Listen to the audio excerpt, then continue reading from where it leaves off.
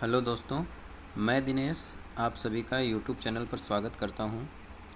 दोस्तों, जैसा कि हमने पिछले वीडियो में स्टार और डेल्टा के बारे में देखा था, तो आज उनको हम और अच्छे से सीखेंगे कि स्टार में और डेल्टा में क्या अंतर है।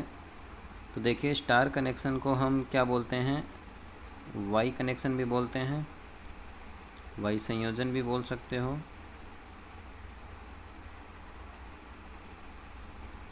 ठीक है। अब क्या है, इसके अंदर मैं आपको बता दूं, ये जो है आपको ये फेज़ दिए हुए हैं। जैसे अपने सिंगल फेज़ और थ्री फेज़ की बात करें तो ये क्या है, फेज़ है। जहाँ पर वाइंडिंग दिखाई हुई है वो क्या है, आपका फेज़ है। ठीक है। और आर वाई बी ये क्या है, तीन फेज़ हैं। तो आर और वाई के बीच में जो वोल्टेज है ये वाला, ये जो वोल्टेज है ये आपका लाइन वोल्टेज दिया हुआ है। और इस पर जो वोल्टेज है वो क्या है, फेज़ वोल्टेज है। कौन सा? इस न्यूट्रल और इस आर फेज़ के बीच में जो वोल्टेज है ये वाला, ये आपका फेज़ वोल्टेज है। ठीक है। अब चलिए आगे चलते हैं।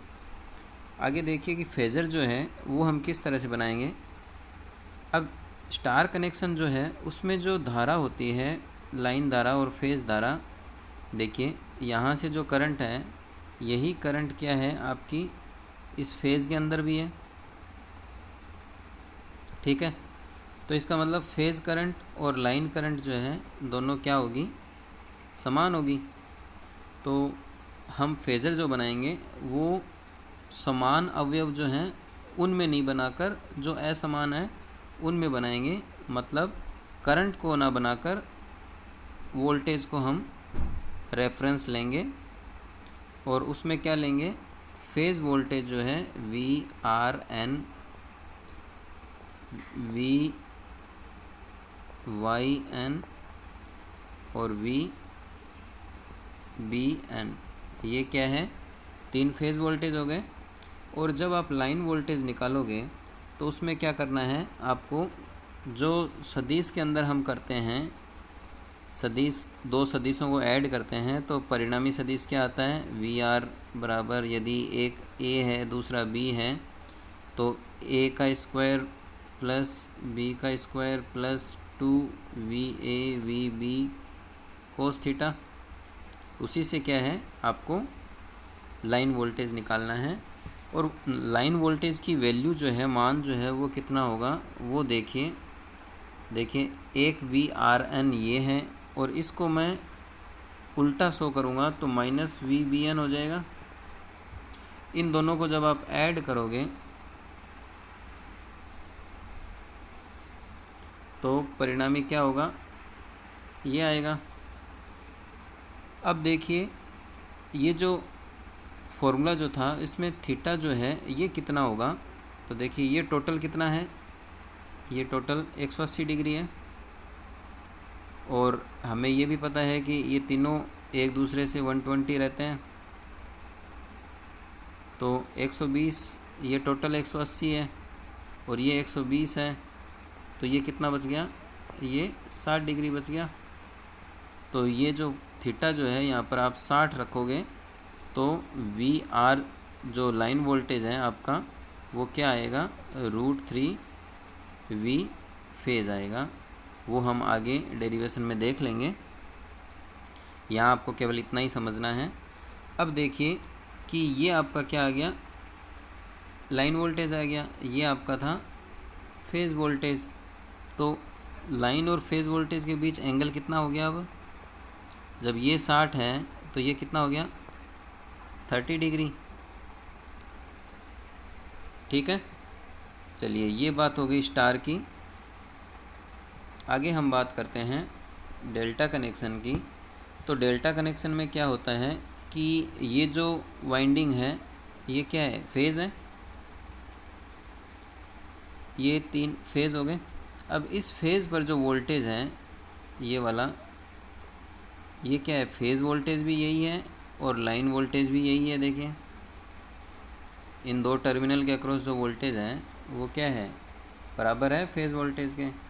तो इस केस में VL बराबर V फेज़ होता है।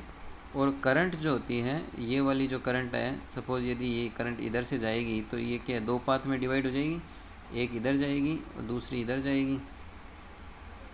ठीक है, तो अब अपने इसको फेज़र में बनाकर देखते हैं। तो देखिए फेज़र में आप क्या बनाओगे इस बार, क्योंकि वोल्टेज तो समान है तो वोल्टेज तो फेज़र में लेना नहीं है, तो अब आपको धारा लेनी है। और धारा भी कौन सी, फेज़ धारा। तो इसको यदि हम IR नाम दे देते हैं, इसको RI Y और IB, ये तीन धाराएं दे देते हैं। कौन सी धाराएं हैं ये आपकी फेज़ धारा है। लाइन धारा जो है वो कौन सी होगी, ये वाली होगी, लाइन में तो यही धारा आएगी। तो अब देखिए इस धारा को आप क्या नाम दे सकते हो, यदि ये अपने -IB कर दें, देखिए ये वाला, तो इन दोनों का जो सम है परिणामी वो क्या होगा, कुछ इस तरह से आएगा। और ये परिणामी जो होगा वो किसको बताएगा, IRB को बताएगा। ठीक है, तो इसके अंदर आप ये कह सकते हो कि जो ये फेज़ धारा है I फेज़, और ये आपकी है IL ये वाली, और ये आपकी है फेज़। तो लाइन और फेज़ में कितने डिग्री का एंगल होगा, 30 डिग्री का एंगल होगा। ये भी सेम उसी तरह से है जिस तरह से आपने स्टार में किया था। इसके अंदर भी आपको IL जो है वो √3 I फेज़ मिलेगी, जैसा कि हमने स्टार में किया था। स्टार में क्या होता है, लाइन वोल्टेज जो है वो √3 टाइम्स V फेज़ होता है, और डेल्टा में क्या होता है, लाइन धारा जो है वो √3 टाइम्स I फेज़ होती है। ठीक है, चलिए अब हम क्या करते हैं, इसको और अच्छे से डेरिवेशन के साथ देखते हैं। चलिए तो देखिए अब हम इसको थोड़ा और अच्छे से समझ लेते हैं। देखिए स्टार संयोजन जो होता है इसको वाई कनेक्शन भी बोलते हैं, इसको 4 वायर सिस्टम भी आप इसको बोल सकते हो। आगे देखिए ये मैंने कनेक्शन डायग्राम बनाया है स्टार संयोजन का, ठीक है, जिसमें ये जो है आपका फेज वोल्टेज है और R और N के अक्रॉस जो वोल्टेज है वो आपका लाइन वोल्टेज है। फेज वोल्टेज जो है न्यूट्रल के अक्रॉस देखा गया है, और ये जो है फेज वोल्टेज ये सभी जो हैं बराबर हैं। और लाइन वोल्टेज जो है VRB, VBY और VYR बराबर लाइन वोल्टेज होगा। चलिए अब आगे देखें, तो ये जो मैंने फेजर बनाया है ये क्या है, सभी मैंने फेज वोल्टेज लिए हैं। क्यों लिए हैं, क्योंकि स्टार के अंदर लाइन और फेज धारा जो होती है वो बराबर होती है, तो इसलिए ये हम नहीं लेंगे फेजर के अंदर, फेजर में हम वोल्टेज लेंगे जो फेज वोल्टेज हैं। तो देखिए VRN, VYN, VBN, RYB, ठीक है यहाँ तक। अब देखिए कि हमें VRB निकालना है, तो VRB क्या होगा, VRN प्लस VNB। अब NB हमारे पास है नहीं, हमारे पास तो BN है, तो ये क्या हो जाएगा, चेंज हो जाएगा, तो VBN हो जाएगा। फिर हम इन दोनों को जोड़ेंगे तो क्या मिलेगा आपको, VRB मिलेगा। और ये आपने विधि जो है वो समांतर चतुर्भुज से भी देख सकते हो। सदिश के अंदर दो सदिशों को जोड़ना और परिणामी सदिश निकालना, उस विधि से मैंने किया है। तो यहाँ VRB क्या है, आपका लाइन वोल्टेज है। VRN, क्योंकि ये जो एंगल है 60 डिग्री, ये VRN और VBN के बीच है, तो ये मैंने VRN का स्क्वायर प्लस VBN का स्क्वायर प्लस 2 VRN VBN कोस 60 डिग्री। तो cos 60 इन दोनों के बीच जो एंगल है वो क्या है, 60 डिग्री है। तो ये आपका इस तरह से cos 60 का मान जो होता है 1/2 होता है। ये हम रखेंगे तो आपको कुछ इस तरह से वैल्यू मिलेगी। और VRB जो है वो √3 टाइम्स V फेज निकलेगा, जो क्या है, लाइन वोल्टेज के बराबर है। तो इस तरह से हमने ये लाइन वोल्टेज और फेज वोल्टेज में रिलेशन निकाल लिया। किस केस में, स्टार कनेक्शन के केस में। ठीक है, चलिए अब आगे देखें। इसी के अंदर पावर जो होती है, 3 फेज पावर जो होती है वो 3 टाइम्स सिंगल फेज पावर होती है। तो 3 phase power equals to 3 into single phase power जो होती है वो फेज वोल्टेज और फेज धारा और cos फाई, जिसको आप पावर फैक्टर बोलते हो। तो ये क्या हो जाएगी, 3 फेज पावर जो है, यदि आप लाइन वोल्टेज और लाइन धारा के फॉर्म में लिखना चाहो तो फेज वोल्टेज का क्या है रिलेशन, देखिए। इसी की तरह V फेज की जगह यदि आप VL/√3 रख दोगे तो आपको ये वाला रिलेशन जो है ये मिल जाएगा। ठीक है, लाइन धारा और फेज धारा जो है स्टार के केस में बराबर होती हैं। तो ये मैंने यहां पर दिखा दिया। तो देखिए, इसी तरह से हम डेल्टा संयोजन देखेंगे, जिसमें R, Y और B जो है वो 3 आपके टर्मिनल हैं। इसमें 3 वायर सिस्टम होता है, न्यूट्रल इसमें नहीं होता। तो अब देखिए, ये जो IR है वो आप लाइन धारा कह सकते हो, और इसके अंदर जो ये इन वाइंडिंग के अंदर जो धारा है IRY, इसके अंदर IBR और इसमें IYB जो है ये आपकी फेज धाराएं हैं। ठीक है, तो किरचॉफ करंट नियम जो है वो क्या कहता है, किसी जंक्शन पर आने वाली और जाने वाली धाराएं जो होती है वो क्या होती है, बराबर होती है।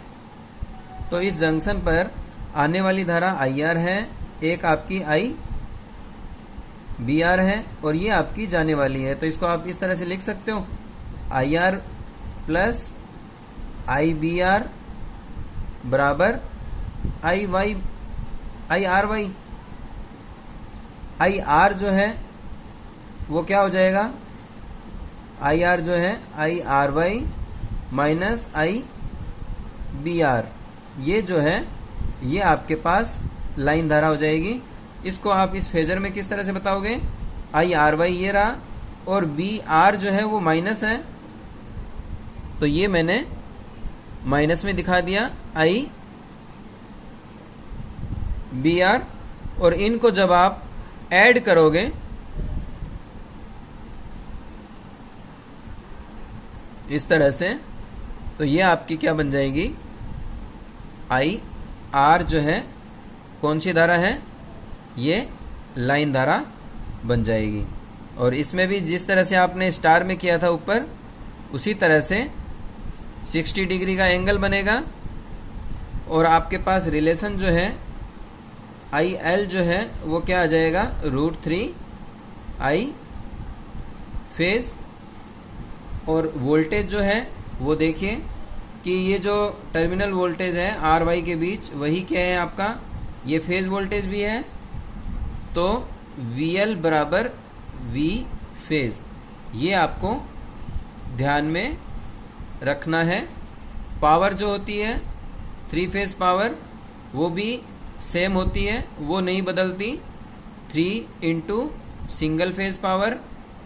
और इसको आप ये भी लिख सकते हो 3 into V phase I phase cos phi, जहाँ cos फाई क्या है, पावर फैक्टर है।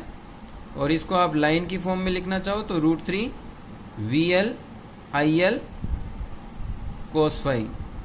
अब वहां पर आपका स्टार के केस में वोल्टेज जो है वो चेंज हो गया था, यहाँ धारा चेंज हो गई, लेकिन पावर जो है वो उतनी ही रहेगी, वो नहीं बदलेगी। ठीक है, तो ये आज हमने स्टार और डेल्टा के केस में ये क्या है आपका डेल्टा के केस में जो रिलेशन है वो है, और स्टार के केस में रिलेशन आपने देख लिया। एक चीज और इसके अंदर देख लीजिए कि ये जो है, ये वाली कौन सी धारा है, लाइन है, और ये आपकी फेज है। तो लाइन और फेज के बीच कितना है डिफरेंस, फेज डिफरेंस, वो है 30 डिग्री का।